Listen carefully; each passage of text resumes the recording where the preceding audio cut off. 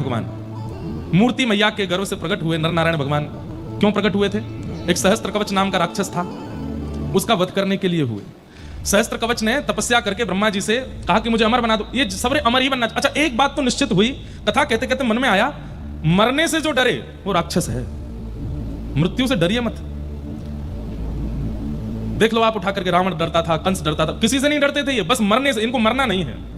ऐसे ही संसार में भी जो मृत्यु से डर रहा है, मृत्यु से भयभीत है, वो कहीं राक्षस तो नहीं है। मृत्यु से डरिए मत, प्रतीक्षा कीजिए बस। हाँ, मृत्यु के अंतिम समय दंड पानी यमराज नाम है, वंशीधारी मदन मोहन नाम है, इसके लिए भजन करो, क्योंकि मृत्यु द्वार है ठाकुर जी की प्राप्ति का, उससे भयभीत मत होइए।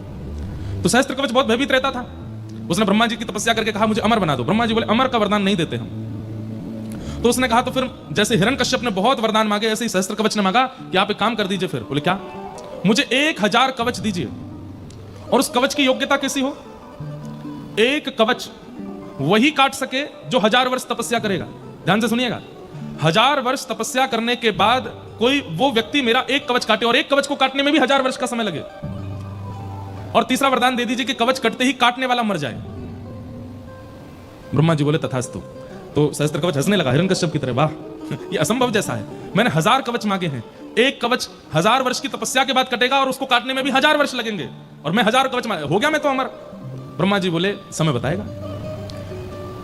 ब्रह्मा जी तो वरदान दे देते हैं, महादेव तो वरदान दे देते हैं, फिर उन वरदानों को सिद्ध करने आना इनको पड़ता है। लेकिन एक बात कहूं, कई बार शिष्यगण बालक जन जानबूझ के ऐसी क्रिया करते हैं ताकि हमारे गुरुदेव या हमारे माता पिता कोई लीला करें तो हमको देख के सुख मिले। तो ब्रह्मा जी जानबूझ के वरदान देते हैं। ठाकुर जी बोले ऐसा वरदान देते क्यों हो? बोले नाथ इसी बहाने आपका कोई अवतार होगा, हमको दर्शन मिल जाएगा। सहस्त्र कवच को दे दिया। तब भगवान नर नारायण के रूप में मूर्ति मैया के यहां प्रकट हुए, और वे दोनों गए बद्रिकाश्रम, और वहां एक तपस्या करता है और एक युद्ध करता है। जब नर युद्ध करते हैं तब नारायण तपस्या करते हैं, और 1000 वर्ष ही लगना है। अब कहां वो, नहीं तो उसने तो वरदान पूरा एक बार रिवाइंड कीजिएगा, क्या वरदान था? एक कवच को काटने में 1000 साल लगेगा, वही काट पाएगा जो 1000 साल तपस्या करेगा, और काटने के बाद उसकी मृत्यु हो जाएगी। तो नर नारायण भगवान ने किस पद्धति से मारा उसको कि जब नर युद्ध करते हैं तो 1000 वर्ष युद्ध में लगेगा, उतनी देर नारायण बैठ के तपस्या करते हैं, और जैसे ही उसका कवच कटता है और वो अपनी वरदान के स्वरूप में नर को परास्त कर देता है, कवच करते हुए मूर्छित होकर गिर जाते हैं, तब भगवान नारायण मृत संजीवनी विद्या से उसको जीवित कर देते हैं। वो कहते तू तब पे बैठा, मैं लड़ता हूं। फिर नारायण लड़ते हैं, उसका कवच काटते हैं, उतनी देर नर बैठ करके तपस्या करते हैं। जैसे ही नारायण मूर्छित होते हैं, मृत संजीवनी विद्या से उनको पुनः प्रकट करके आप बैठो तपस्या में, मैं युद्ध करता हूं। दोनों ने ऐसे युद्ध करते करते उसको शांति नहीं लेने दी। ऐसे वरदान का क्या फायदा? देखा जाए तो वो 9000 वर्ष तक लड़ता ही रहा, बैठ नहीं पाया शांति से। अरे व्यक्ति जब जेल हो जाती है ना, तो 10-12 साल में ये सोचता है मुझे कोई रोग ही हो जाए, मैं मर ही जाऊं इससे अच्छा तो। लेकिन वो सहस्त्र कवच मर नहीं सकता, क्यों? वरदान है, 1000 कवच जब तक नहीं कटेंगे तब तक नहीं मरेगा। वरदान उल्टा पड़ गया उसके ऊपर, 9000 वर्ष तक युद्ध करता रहा, और नर नारायण उसको बैठने ही नहीं देते श्वास, बल्कि नर नारायण आराम करते हैं। 1000 वर्ष युद्ध करने के बाद 1000 वर्ष तपस्या करते हैं, बैठ के सुख लेते हैं।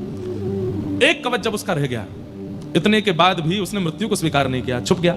सूर्य नारायण के पास जाकर के जब छुपा, कालांतर में द्वापर युग में कुंती मैया ने सूर्य नारायण को जब प्रकट किया तो उन्होंने प्रसन्न होकर के एक पुत्र प्रदान किया, वही कर्ण।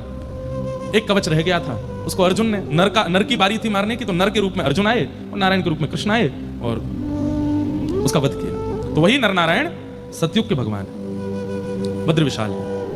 वहां पर मंदिर के ठाकुर जी के दर्शन से भी फल है। 2 पर्वत जो नर नारायण है उनके दर्शन की ज्यादा महत्ता है। नर नारायण त्रेता के भगवान दक्षिण भारत में विराजमान है, श्री रंगनाथ। अब मुझसे किसी ने प्रश्न किया था मुक्तिनाथ में, बोले महाराज जी उत्तर में नारायण, पश्चिम में नारायण, पूर्व में नारायण, फिर दक्षिण में शिव क्यों? क्योंकि रामेश्वरम को दक्षिण का धाम मानते हैं। बात ऐसी है कि चारों दिशाओं में 4-4 धाम।